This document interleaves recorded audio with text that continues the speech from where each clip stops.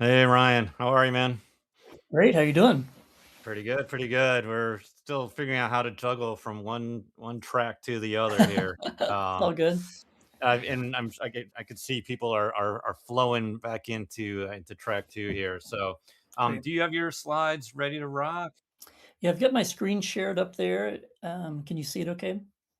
Let me. There it is. Yep, Can you see it? excellent. Yep, looks good. All right. And Tassie, thank you for confirming that you can see and hear us.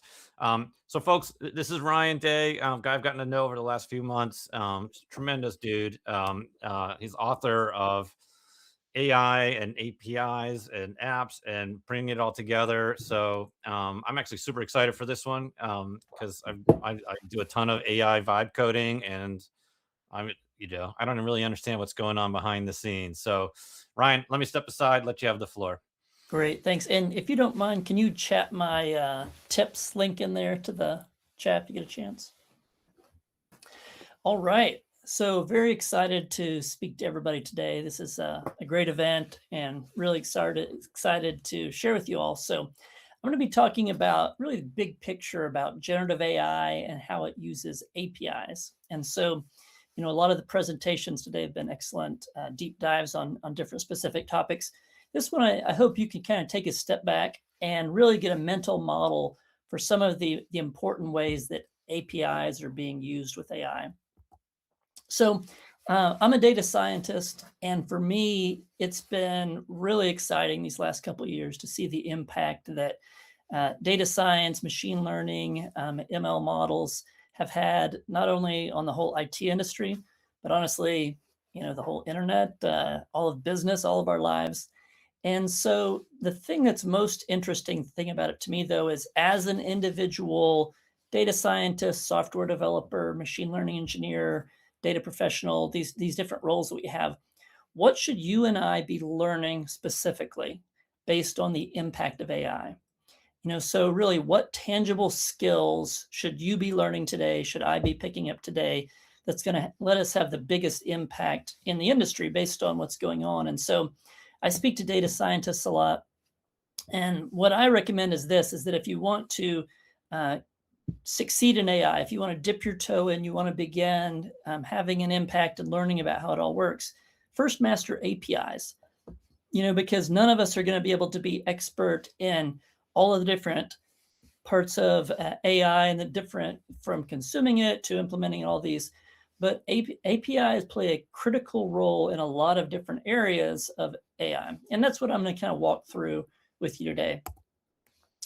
I would like to be really flattered if you would take a minute and sign up for my newsletter.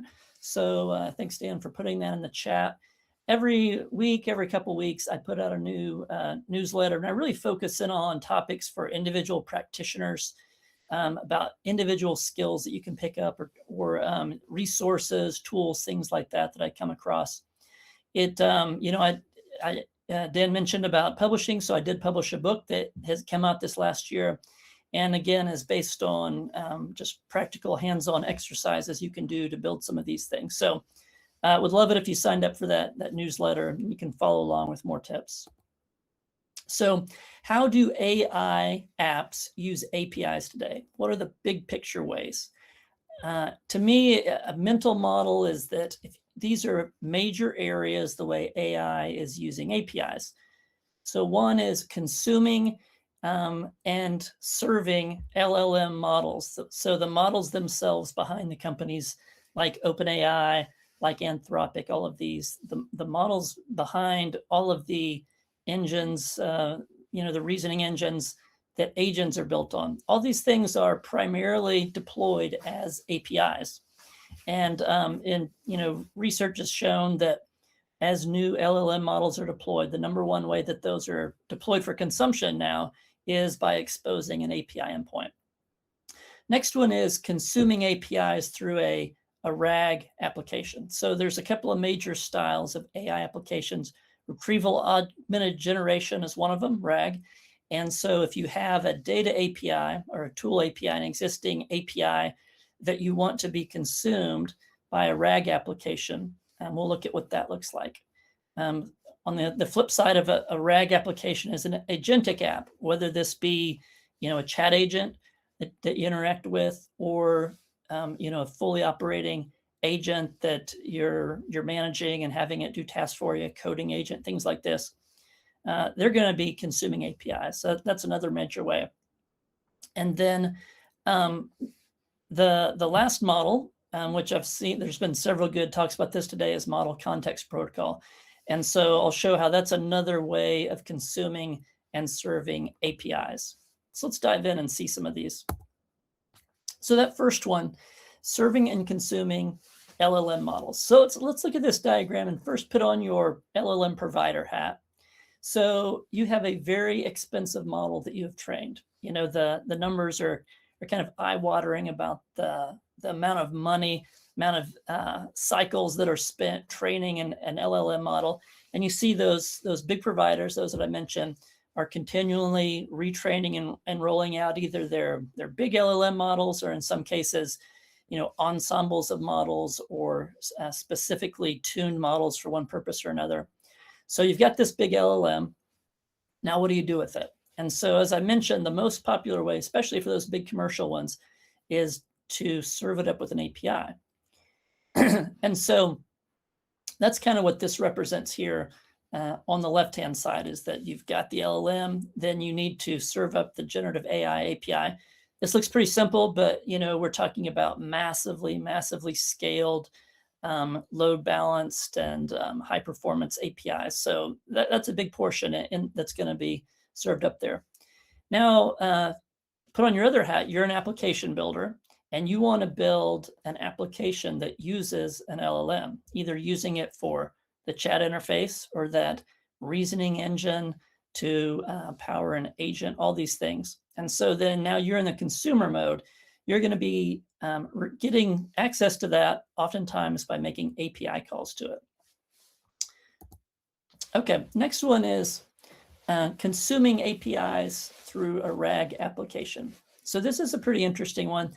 And so the scenario I'll show right here is, say you're a commercial business and you have a SaaS, you're using a SaaS platform. So this is just an example of one. Maybe your SaaS platform has knowledge base articles for it. This is important procedures that your company uses, or different information about your operations, your technology, things like this. And so you want to build an AI application that's going to be able to, say it's a simple chat interface that wants to interact with the users. Say these are internal customers. But rather than only having the data available to them that's in the trained model, you want them to be able to get information from those knowledge base articles. So one way you could do it like this. So on the right-hand side, that SaaS platform likely has an API built into it. And so that can be exposed. And so then how do you go about letting your AI application have access to that context? So a RAG application, Retrieval-Augmented Generation, the way that it's done is that ahead of time, you periodically consume those that content. So mentioned here, you've got the knowledge base articles. You periodically want to consume that and get it into the context available to your LLM. So the way it would work in this case is that you've got a regular data pipeline. It's an extract, transform, load process, some kind of synchronization. You're going to feed the content from your APIs, those knowledge base articles, into an embedding model, which is a machine learning model that converts regular text into a mathematical representation of text that's going to be used for a vector search. So that ETL process feeds it to an embedding model.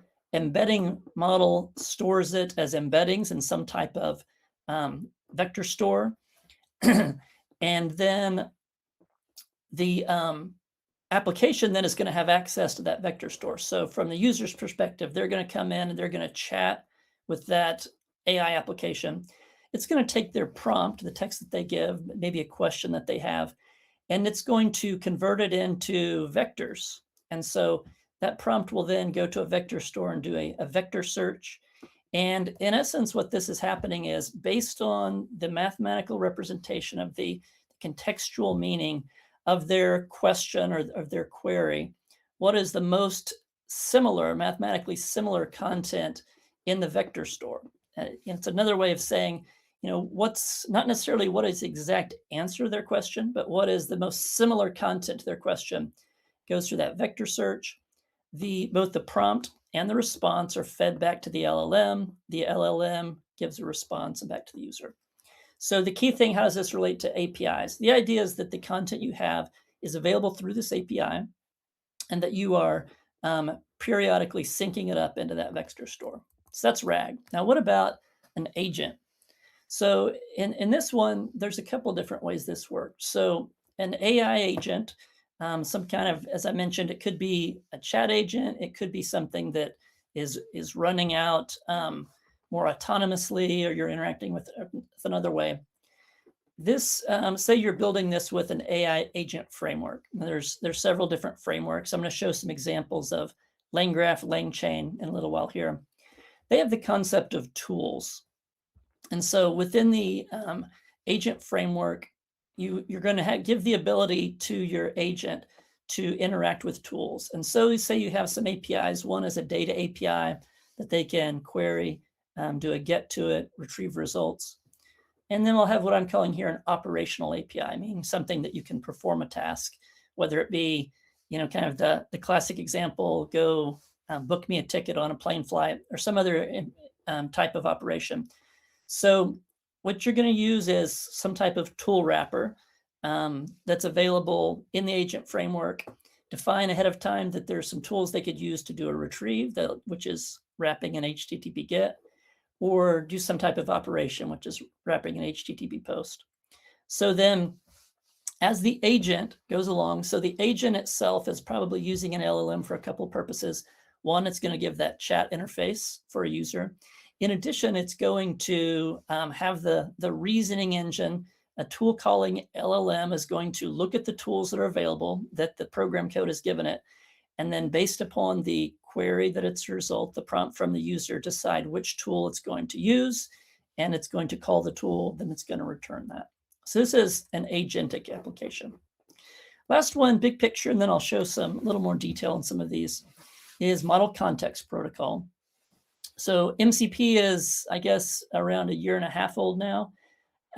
It's a very quickly growing standard.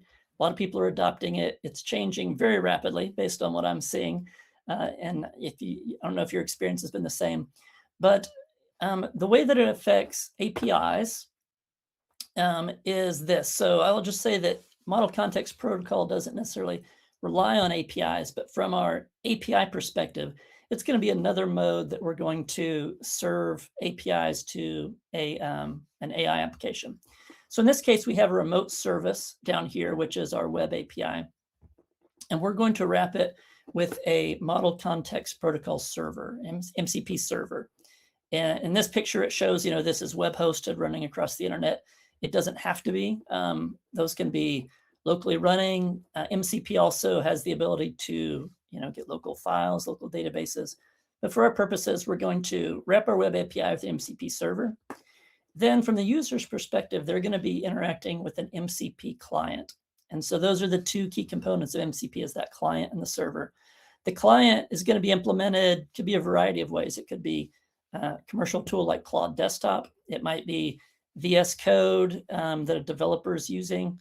It might be, any number of other open source tools. It could be an MCP client that you actually develop yourself.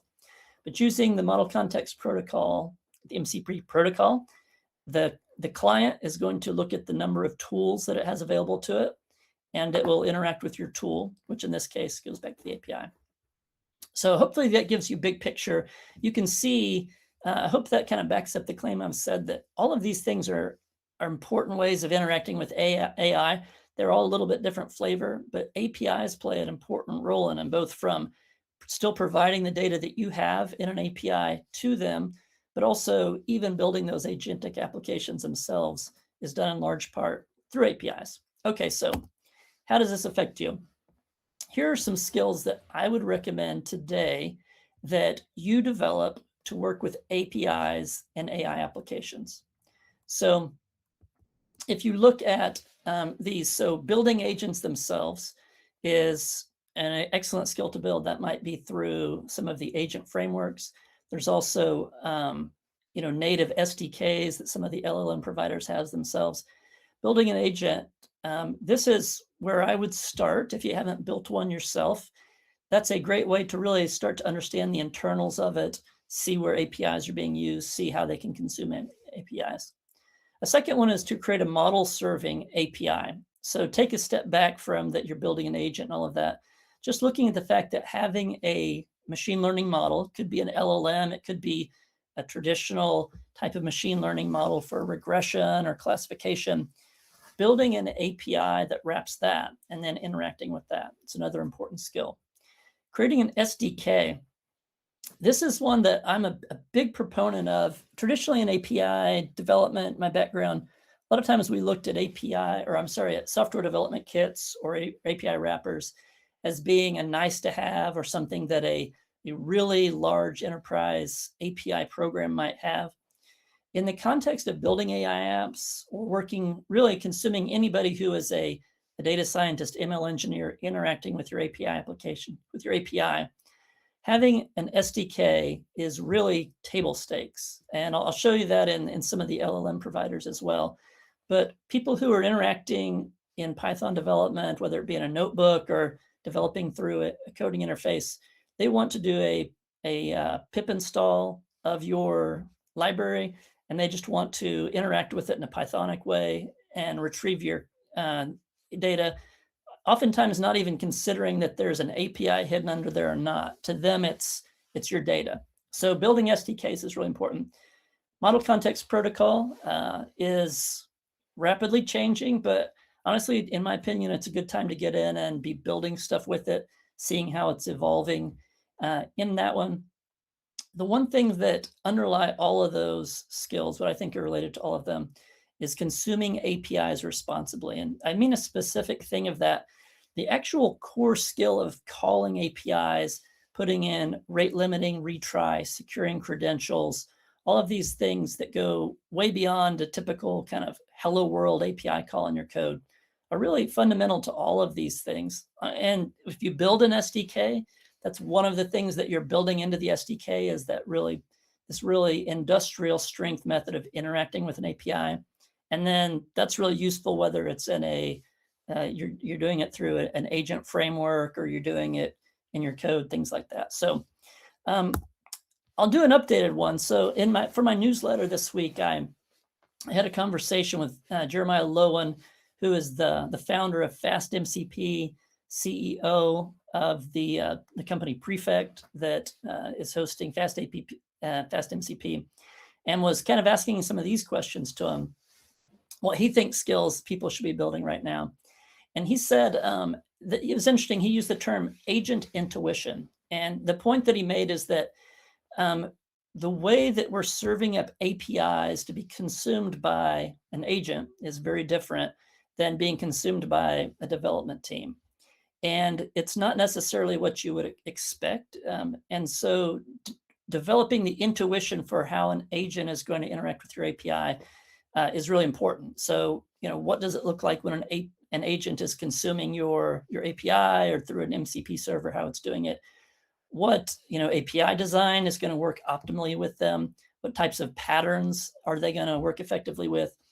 And he made the point that what he has learned with working with agents is that mistakes are not the edge case with agents consuming your APIs, which is a really interesting thing that he's experiencing, is that the experience of agents consuming your APIs is mistakes happening very frequently that the agents are. So that's a completely different way of design for a consumer of your API that's making mistakes. And how did you do that? He said, getting your hands dirty is what he recommended, creating some agents. Also, in your development environment, whether it's VS Code or Claude Code, what you're using, start the process of using agents in your coding, whether you're managing multiple agents to do the coding yourself or in a pair programming those. So that was a way to start seeing what it's like to interact with those. Okay.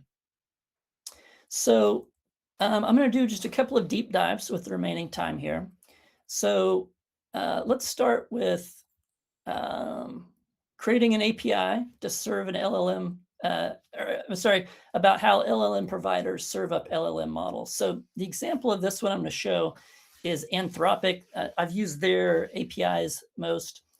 And I don't remember exact numbers, but the amount of revenue and profit that the Anthropic company is based upon their API is pretty staggering. They've become quickly, they and OpenAI with their APIs have become, I think, both in the top 3 to 5 API revenue producing APIs in the entire IT industry.